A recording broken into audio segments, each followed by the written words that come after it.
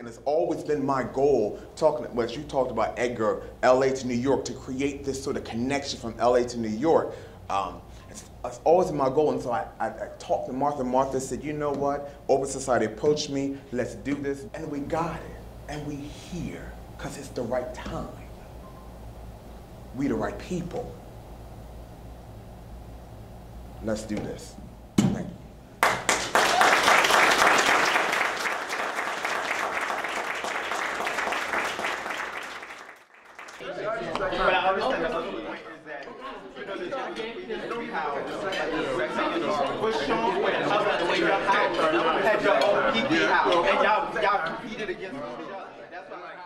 Right? So, one of the things we need to do is collate this, get the themes together, but I just want to say, you are the national leadership, step up into it, this is your process, move forward.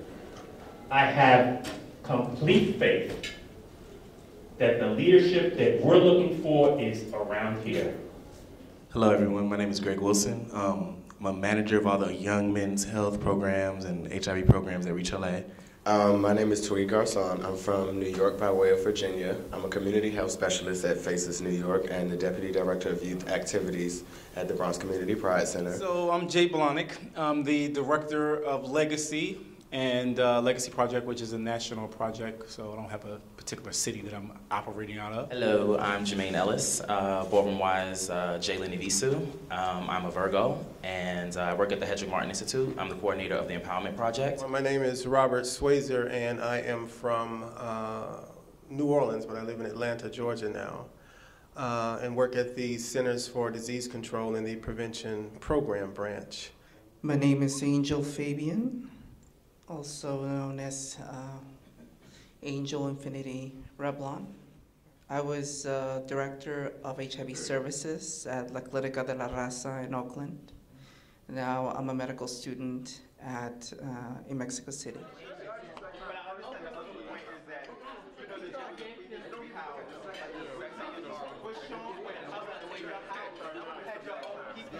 I guess working with the youth and young adult, it's just the fact that like when the ones that are leaders that know so much, they know every condom, they know every dental dam, they know everything about protecting themselves, but they still get infected. Yeah. Like that is something I have to hold with me because it's like, you grew up, you know better, like you know what's going on, you know more than I do a little bit about safer sex. And so what is that point? What are we not tackling as preventionists that is still pushing these young men to that point where they're still getting infected? It's always in my interest to intersect theology and anthropology with public health, because HIV and AIDS to me is not a public health discourse, it's a theological discourse. It's a political discourse. When you come from a black community who is very God-centered, who's been told that the essence of who you are is an abomination to the supreme God, what that does to the psyche of a human being. And every institution we deem necessary for human growth, church, school, family, community, repeats that same message. You are an abomination for just breathing, for just waking up. What that does to the psyche of a person. And I've oftentimes said in doing HIV prevention, how you asking black gay men to wear a condom to protect something they've been told that God sees of no value? That makes no goddamn sense to me. Never did. Because my job is to make sure that the ones that are around me that are not infected stay that way. And the ones that are sick or infected are going to get help and find treatment. So now if I see you going towards that danger, there's no more biting my tongue. It's like, I'm going to just have a conversation with you. It comes to a point where we have to empower people and make them feel better about themselves and see the value within themselves, so they wouldn't want to deter and degrade themselves in such a manner. So what do we do to make them feel better about themselves? It was a time that ballroom, in a way, kind of did do that. But then it got steered it in another direction. In the beginning, ballroom was about empowerment and taking somebody and being a mother. And you got glory off of being a mother who raised another legend, being an icon who raised a legend, who's bringing up the next and upcoming. It's like your bloodline was, and you know, that was what it was about at one time. And leave the ego alone, you know, and allow someone else to matter, as we will see a difference in the statistics, you know, because it has to get to the test. You know, we are the vehicle for the disease. You know what I'm saying? So we have to, it's us before it even gets to the testing. So what is it about us that needs to shift and develop before we even get to it? You understand what I'm saying? What we want you to think about is to sort of broaden the frame and think about the priorities we're going to have to demand, because part of our work is to make some demands, make some priorities. The majority of the kids have a lot of issues.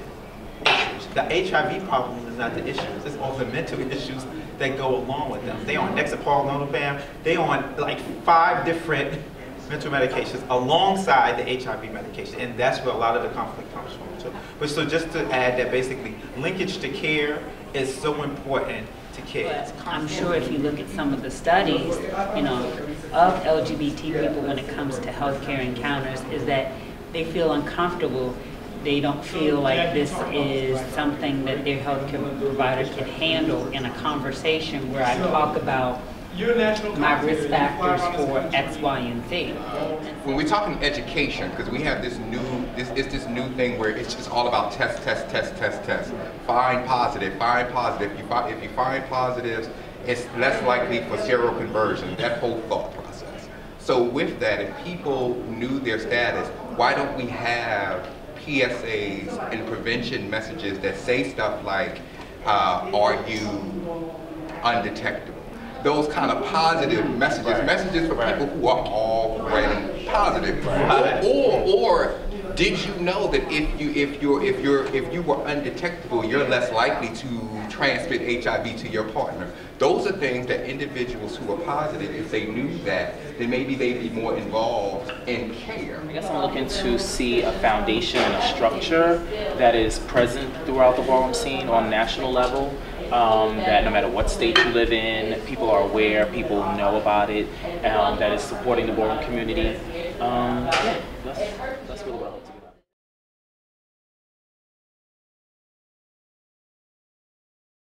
But one of the things I encourage us to do, you're absolutely right. One thing I encourage us to do, but to be open. Be open. And part of, and I really showing, but part of why sometimes we have this back and forth, because there, and when you talked about it, and I hear you when you say, are we having straight talk? Because as a community, in a lot of ways, we've never really been engaged in this kind of process. This is the very first. We've had our meetings. We've had our meetings, but on a national level, it's not. And so for a lot of folks, things are convoluted. You know, I mean, straight talk with how do we get to these sort of plan of actions and everything like that. So I know it can be tiring, I know it can be stressful. I just say for people to be patient and trust the process. We have to own this community. We have to own it. We have to own this, and this is our community. Well, I look around, a lot of us are professionals in here, and we're not owning it. We own it when we're in the board, we own our house. We're not owning the community, because it's more than Garcon or Revlon or Miss Rahi or Ebony or Khan or Christian. It's a gay community, a black gay thing. It's affecting all of us. If we don't utilize the things we can use first, the things we have. We have that runway, we have mics, we have leaders, we have voices. That's where it starts, and then you go for the coins. Then the energy needs to be, to me, maintained and focused on creating a national advocacy organization, because the minute we start giving life and energy to these other things, we lose sight of what we're doing right now, and this doesn't get done. And we have this time now, we need to have a plan of action, and when we meet again, we need to see what exactly the steps are being made for that plan of action. It's got to happen. But the purpose of us being here today in Los Angeles with this leadership here is to make a plan. We have to come together. We have to come up with 4 points that are going to help move us forward. Is that what we're agreeing? Is that our number 1? Repeat that, I'm sorry. Create a national advocacy coalition of folks. Yay, we got 1. Let's do 3 more. Which one is our number 2? Secure funding. Before the meetings, yeah, definitely. And call the next meeting. 1. There's a lot of funding in universities for programs and bringing in folks and things like that. So establishing some type of partnership with gender studies programs and African American studies programs and ethnic studies programs across the country is something that would work to our benefit. That would have to be 3, and because that was going to coincide with this being 4. Okay. So, are we in agreement? Yeah. Working with our institution, academic institutions and other folks? Yes. And then 4. We'll work on this or this. What or what? This is the centers. That's already happening. That's already happening. The one thing that I would add to the recommendation for the centers, they are available in a lot of cities, but I don't think the folks in the different houses actually know the resources that are there and available. And so if you could sort of change that to focus more so on developing sort of a resource directory versus the actual centers. And then communicating that directly to the other houses. You did all the work already for a lot of those. Yeah. In your PowerPoint. Are we in agreement? Yes. So that's our number 4? That's our number 4. Thank you, everybody, for all your hard work.